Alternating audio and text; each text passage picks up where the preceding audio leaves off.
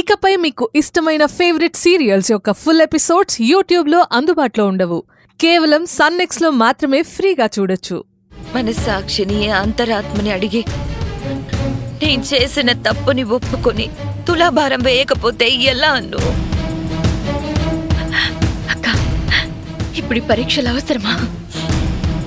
నా చివరి పేజీలో అయినా కొట్టివేతలు లేకుండా సంతోషంతో అక్షరాల్ని నింపుకోవాలనుకుంటున్నాను.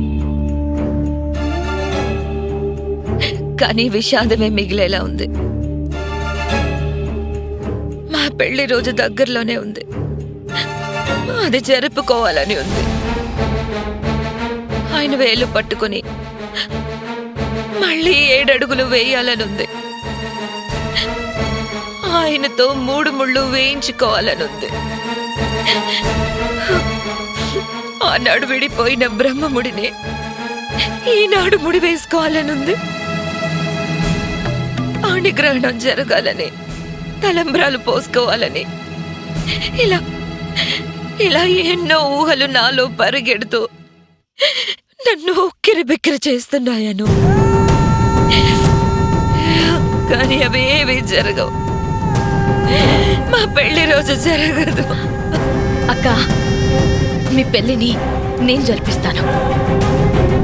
మీ పెళ్లి రోజు వేడుకని ఘనంగా, అంగరంగ వైభవంగా, అందరి ముందు బంధువుల సమక్షంలో వాళ్ళ ఆశీర్వాదాలతో నేను జరిపిస్తాను. నీది కోరిక, నాది ఆశ. అంతే.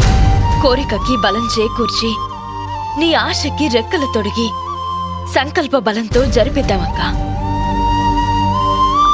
ఖచ్చితంగా జరుగుతుంది. నువ్వు నేను అనుకుంటే అయిపోదను. ఒప్పుకోవాల్సింది ఆయన. అక్క, నేను ఒప్పిస్తానక్క. అలా అడిగితే నొచ్చుకుంటాడేమో. బుజ్జగించైనా బ్రతిమాలైనా నేను ఒప్పిస్తాను కదా బావని. నిజంగా నాను? నువ్వు నిశ్చింతగా ఉండక్క. బావ ఖచ్చితంగా సరే అంటాడు.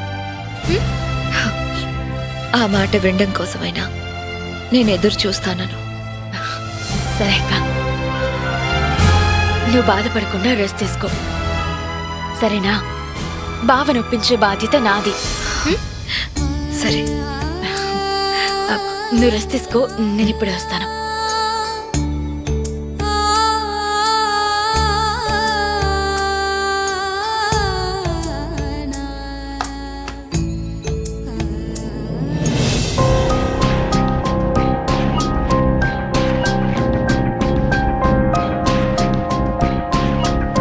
తనకి 2 కిడ్నీలు ఫెయిల్ అయ్యాయి సార్. తనకిప్పుడు కిడ్నీ డోనర్ కావాలి, లేకపోతే చాలా కష్టం.